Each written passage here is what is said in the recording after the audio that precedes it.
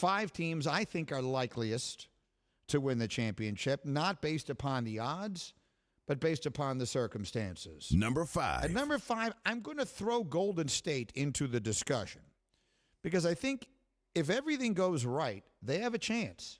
Now, you're going to hear me say that a lot. If this happens, then that happens.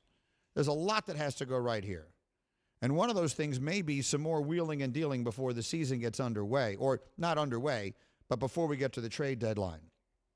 But with a healthy Klay Thompson, some of the additional reserves, I don't mean backups, but I mean like additional reserves in terms of power and basketball excellence. I think the Warriors with Steph and Klay and Draymond and the group that they could put around them and maybe a little shrewd move here or there, they're a team you can't discount.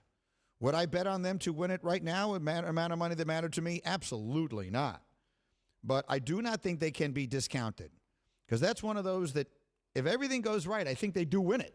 I think they have an excellent chance to win it. So I would put them in the list at the bottom at number 5. Number 4. Speaking of risky, I'm going to mention the Clippers. And here's the reason. The Clippers are 18-1 to win the championship, but that's not even my reasoning. My reasoning is if Kawhi Leonard does play for them at any point this year, why can't they win the championship? And they almost beat Phoenix in the conference final last year without him. Paul George really elevated. Playoff P, all that kind of stuff. Like, he played well, really well. He had some huge nights. I think that stuff carries over. Now, I do not expect to see Kawhi Leonard this year. And if he doesn't play, then they have no chance of winning the championship. But it's another reason why, like I said in the first one, I think you have to say it out loud.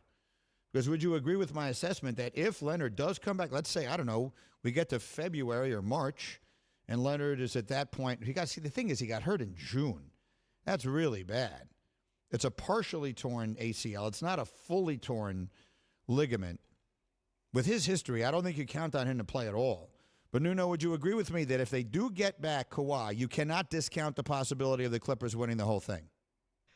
I still think that's asking too much. I do disagree with you on this one. Okay, so you would have more than I have lined up in front of them, meaning of other teams you could see. Well, let me give you the rest of my list, and then we'll check in. Number 3. 3, I have the Lakers. Now, the Lakers are old. I've been going over a ton of notes. Like, they are old. They're going to have to figure out a way to work their way into the postseason. And I think they're counting on Russell Westbrook to do a lot of that. Just carry the team with energy and all that kind of stuff so that these other guys, LeBron you know about obviously, Davis who was injury prone, Carmelo and all these other guys who are up there in age, you kind of got to nurse them through. And in particular, in the case of LeBron, not asking him to do everything over the course of an 82-game season, because Russell will gladly do all of that. If you told me right now they were going to be healthy when we got to the end, then I would say, oh, yeah, they're, to me, the second favorite. But that's a big if. I'm not saying it's as unlikely as Kawhi Leonard coming back, but you cannot discount the risk of the Lakers' age and history of injury becoming a major factor in their pursuit of a championship. So to me, I would put them third on my list. Number 2. 2, I've got the Nets.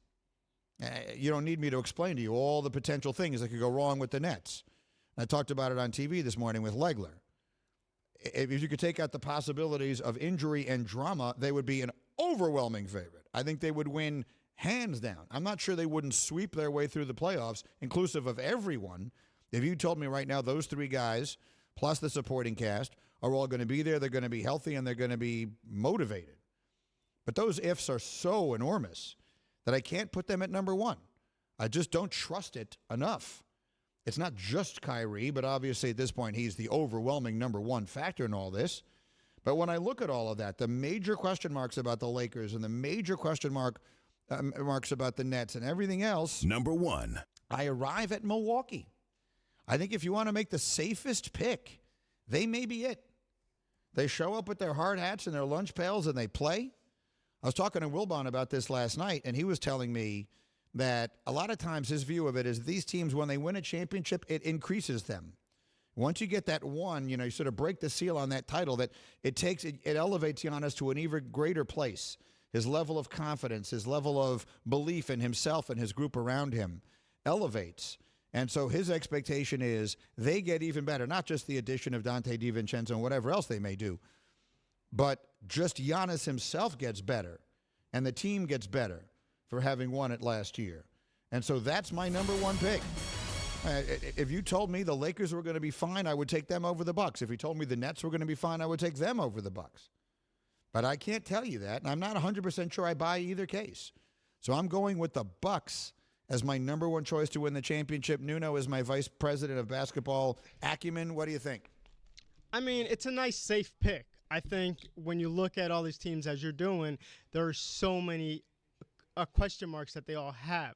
I've actually, and I don't know why I've done this to myself, but I actually like the Nets as they are constructed right now. Without Kyrie. Without Kyrie. I feel like this is one of those years that Kevin Durant might be the MVP, lead the league in scoring, and that they get to a finals even without Kyrie. I agree with that. I don't, let's put it this way. If they have all three guys, I think it's unfair. If they have Durant and Harden, then I agree with you, they're the best team.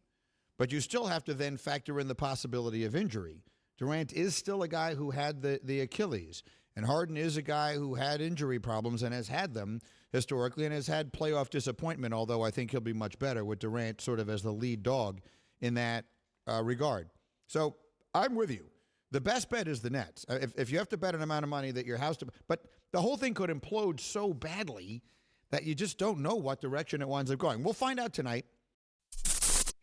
Thank you for watching ESPN on YouTube. For live streaming sports and premium content, subscribe to ESPN+.